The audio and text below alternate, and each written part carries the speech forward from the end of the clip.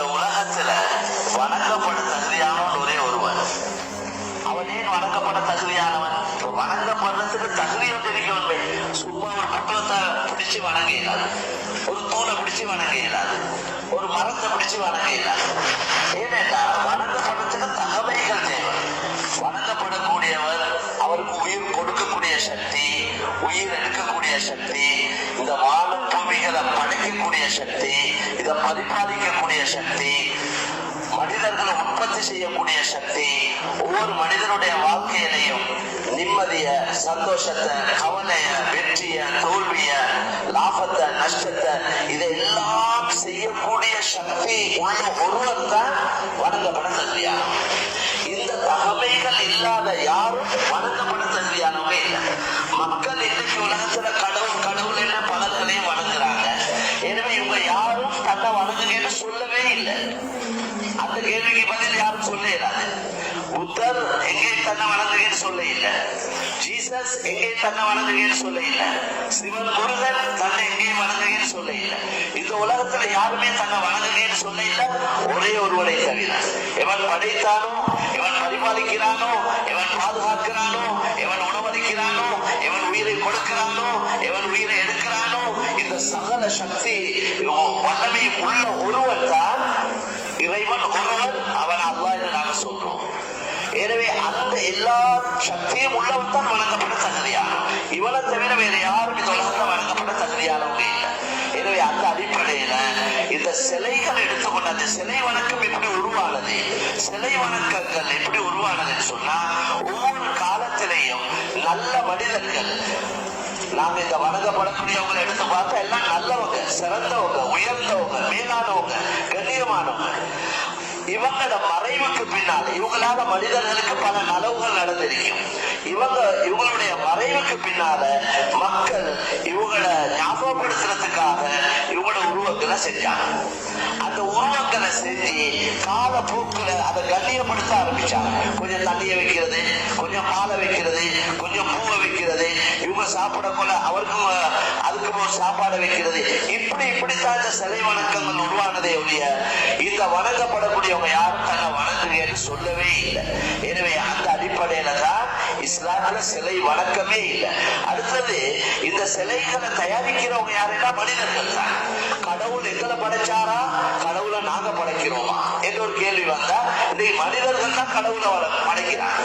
சிலைகளை எடுத்தா இந்த சிலைகளை தயாரிக்கிறதுக்கு ஒரு கூட்டம் இருக்கிறாங்க. அவங்க அதை தர்மமாக செய்ய இல்லை, அதை ஒரு பிசினஸாக தான் செய்யறாங்க. சிலைகளை தயாரிக்கிறவங்க ஒரு வியாபாரமாக செஞ்சு அதுக்கு ஒவ்வொன்றுக்கு ஒவ்வொரு விலை வச்சு அது கடைக்கு விற்கிறாங்க. 2000 ரூபாய் கொடுத்தா கடைக்காரர் 1000 ரூபாய் வச்சு 3000 ரூபாய்க்கு விற்கிறாங்க. நாங்க கடைக்கு போய் அந்த சிலையை வாங்கி கொண்டு வந்து வீட்டுல எங்கேயாவது ஒரு இடத்துல வச்சு அதுக்கிட்ட எங்களை கஷ்டத்தை, கவலைய, தேவைகளை சொன்னா அதுக்கு பார்க்கலுமா, அதுக்கு கேட்கலுமா, அதுக்கு நடக்கலுமா, அதுக்கு பேசலுமா, ஒன்றுமே செய்யலாம். குர்ஆன் என்றது மனிதர்களுக்கு உள்ளது, முஸ்லிம்களுக்கு மட்டுமே இல்லை. மௌலை சொன்னது மாதிரி இது முழு மனிதர்களுக்கும். எனவே சட்ட திட்டங்கள் முழு மனிதர்களுக்கும், முஸ்லிம்களுக்கு மாத்திரம் இல்லை. இதை நாங்க இது எங்கட குர்ஆன், எங்கட அல்லாஹ்னு சொல்றோம். உண்மையில எங்கட இல்ல, எங்கடைய போல உங்களையும் தான். எங்களுக்கு எப்படியோ அதே முஸ்லிம்களை படைக்க ஒரு கடவுள், பௌத்தர்களை படைக்க ஒரு கடவுள், கிறிஸ்தவர்களை படைக்க ஒரு கடவுள், இந்துக்களுக்கு படைக்க ஒரு கடவுளா, 4 கடவுளா? 4 கடவுளா இருந்தா எங்களோட தோற்றங்கள் 4 விதமாக இருந்திருக்கும். மூக்கு 4 விதமாக இருக்கும், கண் 4 விதமாக இருக்க, ஒவ்வொரு கடவுளும் வித்தியாசமா படைச்சிருப்பாங்க. எனவே முழு மனிதர்களுடைய உடல் அமைப்பு இந்துவா இருக்கட்டும், பௌத்தரா இருக்கட்டும், கிறிஸ்தவர், முஸ்லிமா இருக்கட்டும், தோற்றங்கள் ஒரே மாதிரி தான் இருக்கு. எனவே படைச்சவன் ஒரே ஒருவன். எனவே வணங்கப்பட தகுதியானவன் அந்த ஒரே ஒருவன் மாத்திரம் தான். எனவே இந்த சிலைகளை பற்றி குர்ஆன்ல கேட்கிறார். அதாவது இல்லல்லதீன ததுஊன மின் தூனில்லாஹி இபாதுன் அம்சாலுக்கும். குர்ஆன் சொல்லுது, இது ஒவ்வொருவரை பார்த்து அல்லாஹ் சொல்றான், நீங்க படைச்சவனை விட்டுட்டு யாரையெல்லாம் வணங்கி கொண்டிருக்கிறீங்களோ இந்த வணங்கப்படக்கூடியவைகள் எல்லாம் உங்களை போன்றவர்கள். அளவும் அர்ஜுன் யம்ஷூன பிஹா. குர்ஆன்ல கேள்வியா கேட்கிறார், எந்த சிலைகளை நீங்க தயாரிச்சிருக்கிறீங்களோ அந்த சிலைகளுக்கு நடக்கும் கால் இருக்கிறதா அப்படி கேட்கிறார். கால் வச்சிருக்கி சிலைகளுக்கு கால் இருக்கி அந்த காலால நடக்கிறார்.